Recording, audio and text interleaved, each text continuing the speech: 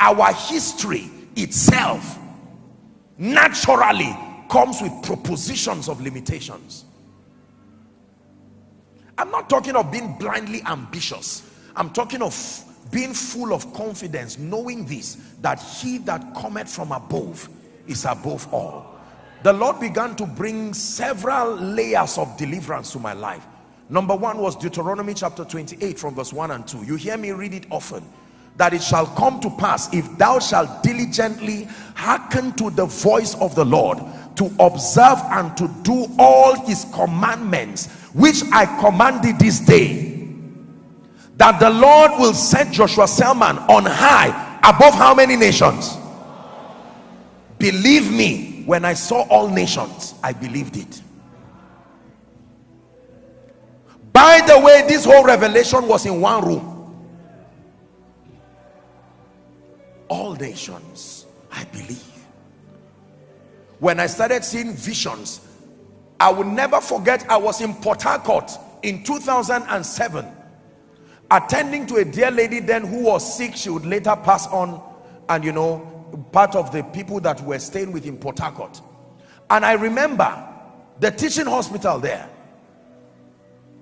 It was my turn to attend them, you know, as a man of God, and I suddenly looked outside from that bed space, and I was open to a vision. I saw 37 flags, and that was the international headquarters of Koinonia. I saw it there. I wrote it down.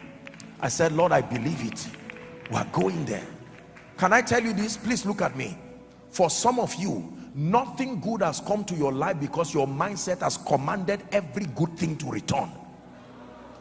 Every good thing, to the extent that if people favor you, you don't believe it, because your mindset has been so deconstructed. It is against the laws of your life. For some, can something be that easy? There are many of you here who, intellectually speaking, you are about the brightest and the finest, yet you have fallen into this deception of Satan that you are good for nothing. Apostle, I think I'm good for nothing. If I ask you why, you'll say, I don't speak very well. My English is this and that. Give me another reason. I come from the village, you will say. My grandmother is in the village. My grandfather is in the village. I was born and bred in the village, drinking well water. What has that got to do with a glorious destiny? Can I tell you? You can choose to be in Egypt and yet be thinking Canaan. In fact, you have to think Canaan to go to Canaan. Right from when I was in one room, I stand by the God of heaven. I believed everything God told me. I'm not just speaking in terms of finances and all of that. No, I believed it. That one day I will speak to kings and I will speak to nations. I believed it. Jeremiah 1:5. Say not that I am a child, but to whoever I send you to. Verse 6. You see, Jeremiah cried and said, I cannot speak, for I am a child. Verse 7, he rebuked him and he says, say not that I am a child, for thou shalt go to all that I shall send thee, and whatsoever I command thee, thou shalt speak. For someone, God is speaking to you here, that he's lifting you, not just spiritually. I hope you understand the concept of kingdom advance now. When we teach like this, we are not just talking pulpit. For some of you, God has told you he's taking you to UN, AU, and when you think about it, you just laugh at yourself and say, me, I came to challenge that devil. Every mindset that will not let you rise, ill speakings of men that kept putting you down, I curse it right now in the name of Jesus.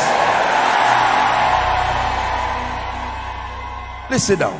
Unfortunately, sadly but unfortunately, many of us probably came from families where it was a norm to speak words of discouragement.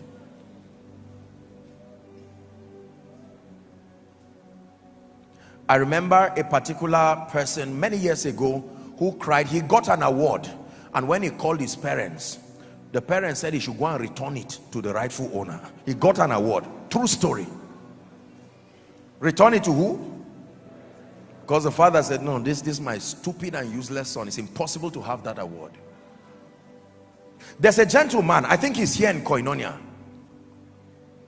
I usually minimize talking about things like this because eventually we're talking to the whole globe, but it's something that is very good. The gentleman came and met me, I think a month or two in School of Ministry, and he had designed a drone, a very intelligent drone system that will be such a blessing, you know, to several people and several parastatals across this nation. And he had designed also something like the engine of a vehicle or something like that. I looked at him and I held his hand. I said, my dear one, listen to me. No matter what happens, let me give you two confessions. One, it's going to be difficult to rise to the top. Go and listen to my message, this grace called favor, because in Nigeria you need favor, not just skill to rise. Number two, I told him, no matter what happens, don't give up on your dreams. How many times have you seen people who produce results that were far less than what you know you could do, and yet you are forced to clap for them because their mindsets were more superior than yours, not because they had a better idea, because of the color of your skin, because of your sociological context. You can allow life to reduce you to a point where many of us call ourselves grasshoppers. They limited themselves. God never called them grasshoppers. Satan never called them grasshoppers. They called themselves grasshoppers. It's a popular story. Many men of God have given this story of an eagle, an eaglet now they call it, that was around with birds, chickens, because the eagle didn't have her mother to help mentor her and let her know that, look, you are meant for the skies and the hills. And he was around with the chickens all the time, eating and feeding like the chickens.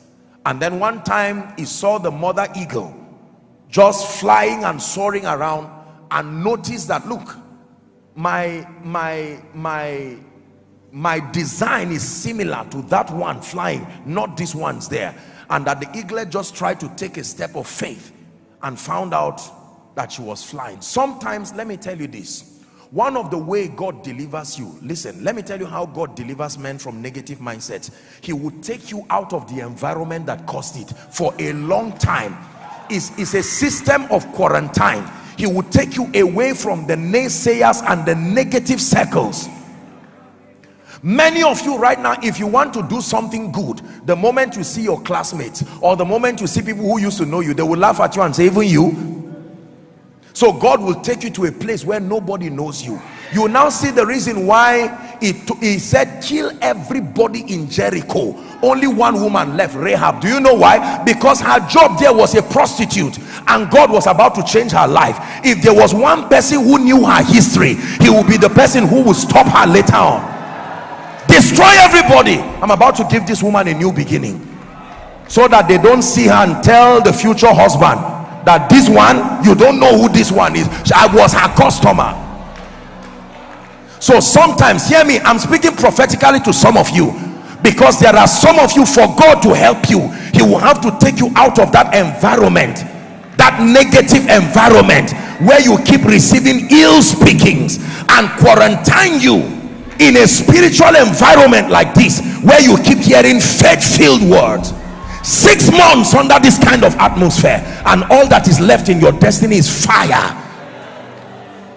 Burns every mediocrity out of your life.